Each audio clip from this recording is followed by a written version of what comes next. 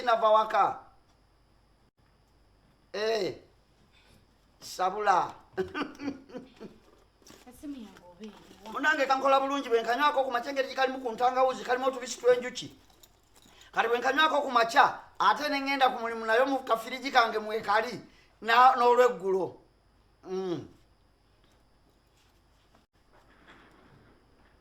miliyoni meka 3.7 kale tumuwe mumperi muwe giragawo muwe kebera musefu mweziri mu office muwe zino earrings zitaterera zinjagazaaki in fact jamwana muwe ka 3.7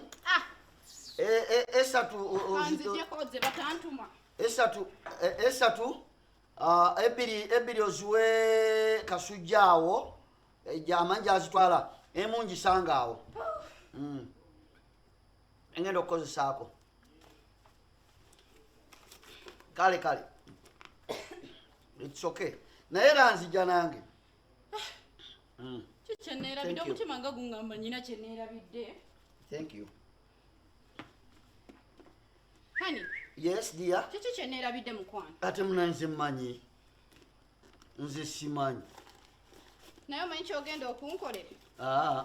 Badde nsabayo ku ssente kubanga bannaye nina mu nsawo wembikulaga simanyi kipapula na tipi ssente na peni ate ezaaki nsabayo ku ssente nkozeseeko sirinaamu naweddemu emmotoka temuli mafuta emipiira egy'abasirikale bankubye ebipapula bannange nze simanyi na kyendi ovuga emmotoka n'otogiteekako mipiira mipya ovuga emipiira emikadde anti nateekako naye omusajja simanyi naye bye yanteera ate yalikuwadde ekipapula nga mupya leka naawe emipiira oteeka okuba ovuga mumbwa anti nze sitera bitunulako simanya munna ani kati tukole bwe tuti nsabayo ku ssente nfuneko ku transport nteekeko nteekemu amafuta ngende ku mulimu obudde bugenze nze nga siina ssente ye apo waaki yange eriwo ate apo waaki yonze mmanyi ebintu byogwomanyi gundi alabika yagitutemerisa ebintu byogwomanyi munnange kale dadi nsabayo ku ssente labayo owange gwe tokola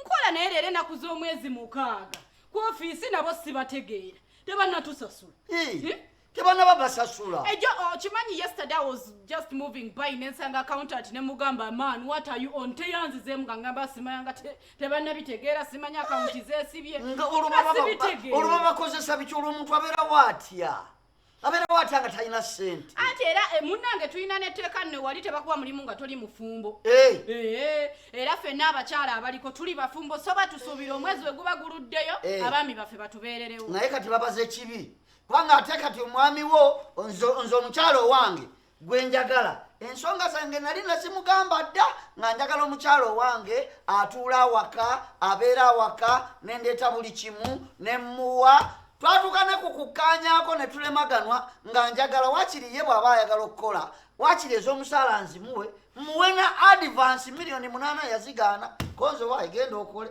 naye kati bamala n'omwezi nga tebannabawa simanye wiiki meka just kyayiseemu leero alina ku 6 zokka kakatolo beerabidde nti no mulina ebyetaago tulina ebyetaago naye kati gwe ng'omwami wange nsaba onnyamba okayo ku ssente nze omukyalo owange alina kubeera waka nemuwa buli kye yeetaaga ekyo kye nali namugamba naye bwe yasalawo ogenda okukola akozesa enzize zaako nawereka nsabayo obudde bugenze nyina gundi nyina meeting essaawa munange nze sirina ssente naye honey are you really serious very serious nga nkuwulidde ogamba abantu simaa bukadde bumeka ng'ogenda kuba wakati ongamba oti ati tolina ssente nteekamu just mafuta kyaleero lwokka just nange sigambye bugambe nti sigenda kukuwa naye kati nkuwa ekize sirina ate ng'okola nkola siganye naye onzijukiza n'emmere y'embwa erabika egenda kuggwamu emmere y'embwa omwana agenda nkubire gundi agenda aleeta emmere y'embwa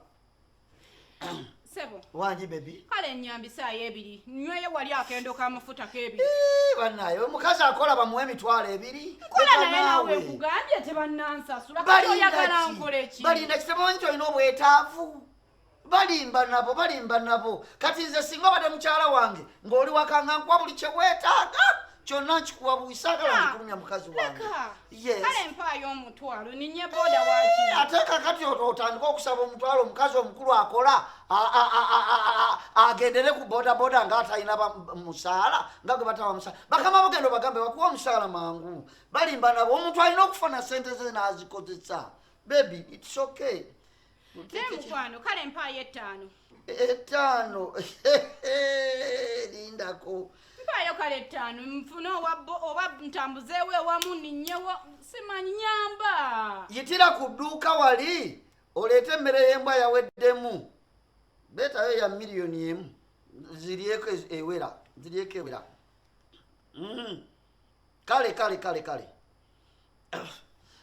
Baby. Olowooza sigenze ku mulimu kati. Awereka kugenda bw'otyo kati ogenda kundeka otya njagala ngende nkole mpayo 5. Genda okole. Nze mukazi wange namugamba abeera awaka muwe miliyoni 8 yazigaana. Kati omulimu bakugambye ngukoye sigukoye. Kola. Tebanaba kutusasula busasula. Bajja basasula. Kati nze nkole ki? Client, imagine they're coming at 12. When will I reach? Genda nga bukyali tambula mpola otuke nga bukyali. Nakuyamba nenkuwa emmotoka. Kati ate nentambula nkuwe. Naye gwe omanyi okuva wano okutuuka Nakawa how much it costs? Nze kati mukazi wange yalibadde tabonabona n'ebyo ng'abeera wano. Ate kati omukazi gwenjagala luli namukkirizangako ne mu geeti naye kati mwagala nga tafuluma yadde ennyumba okudda mu compound okujjako nga wendi.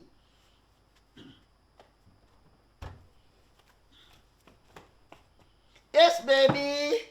Ani mpayo 5. Sorry baby, nze siina 5,000 zempa muntu akola. Siina ssente. Nyamba. Siina ssente. Nkwegayiridde nyamba. Nzikuwangaani oli mukazi wange. Seri mukazi wo. Mukazi wange alina kubeera waka nga tafuluma. Kati nze kyenjagala gw'omanyi gwe wayagala ogenda okukola akola oyinza okunoonya 5,000. Baby, nze omukazi owange njamuwa buli kye yeetaaga buli kimu okuva paka kuwu muwe n'omusaala naye ng'ali mu nju kati simwagala dde okusukka geeti. Okay. May I go, Madam Security? Thank you. Bwe tokola